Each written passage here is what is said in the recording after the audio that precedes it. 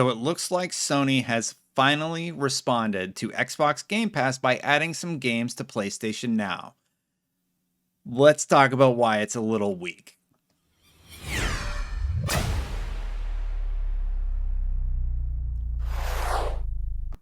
So I fully understand that my opening statement is a little inflammatory, but I have to say I'm a little disappointed in the games that they revealed. So the games that they revealed that they are bringing to Game Pass, it's like, okay, they're bringing Avengers, they're bringing Borderlands 3, and they're bringing, I can't even remember what the other one is. Some game, The Long Dark.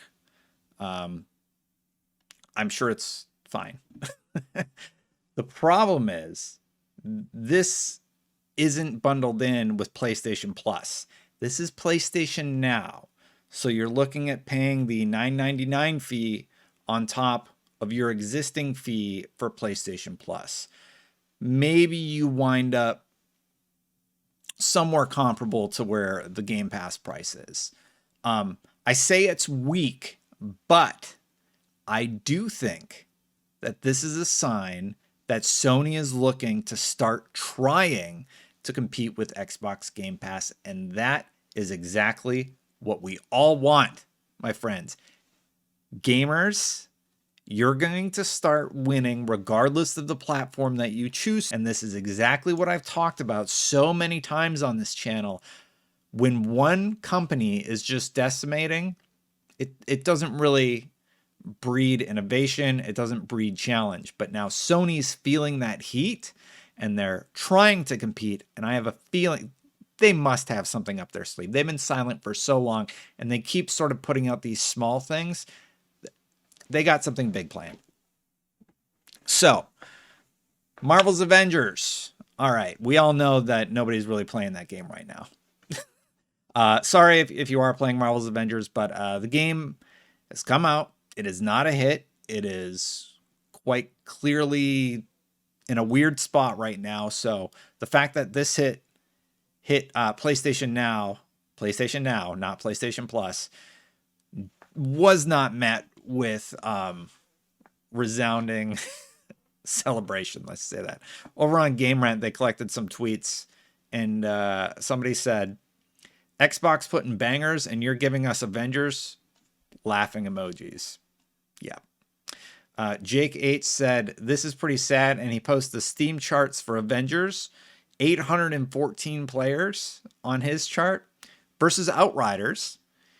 86,987 players. Okay. Clearly, Outriders is just destroying Avengers. Outriders has managed to be on the tip of everybody's tongue.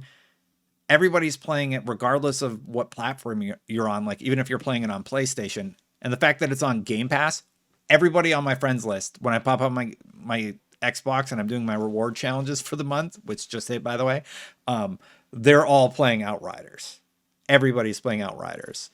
Please add keyboard and mouse support so I can play on my console with my friends.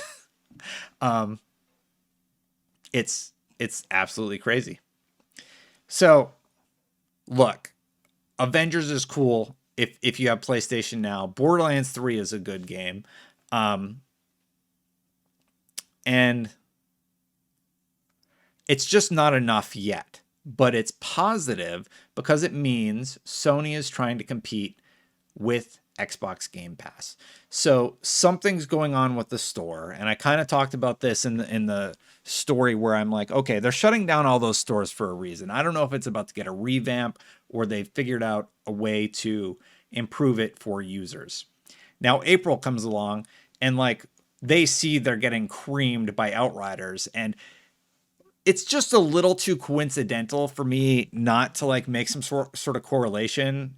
They must have called Square because, you know, Xbox has this fantastic game, Outriders, that everybody is just playing the heck out of right now. And Sony's like, we need something. Okay, well, you can have Avengers on PlayStation Now. And the fans see right through it.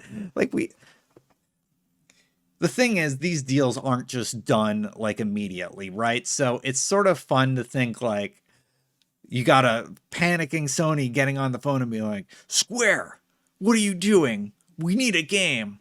All right, guys. All right, we understand. How about you take Avengers? Like, I don't know that that happened. This was probably in the works, but the optics of it are there's a perception that this is a panic move, and I don't think they realize that like the consensus with Avengers is people seem to not like it very much, right? Borderlands 3, less of a complaint. But the problem is still with that marketing that I keep talking about with PlayStation Now. And a lot of people are confused by this. They're like, oh, cool, that's coming to PlayStation Plus. No, no, no, no, no. The games for PlayStation Plus are like Oddworld and yeah, what's that game that everybody was all up in arms about? Days Gone? Yeah, I think it's Days Gone. Anyway, so those are the games that came to PlayStation Plus. Pretty good titles and something else. The zombie game that also came to Game Pass, by the way. And here's Xbox just constantly chipping away at that Sony lead. And I need to make another video about how the perception is shifting about the value of Sony. Sure, the PlayStation 5 and the PlayStation box, they're going to have great single player narratives that a lot of people are going to sign on their PlayStation to play. The problem is, that's it. And we haven't heard anything from Sony. Sony has, at the time I'm recording this, I'm actually recording this on 4/6. I record a few at a time sometimes when there's enough news to talk about. It gives me a little bit of a break during the week. But I thought this was interesting enough to discuss with you. And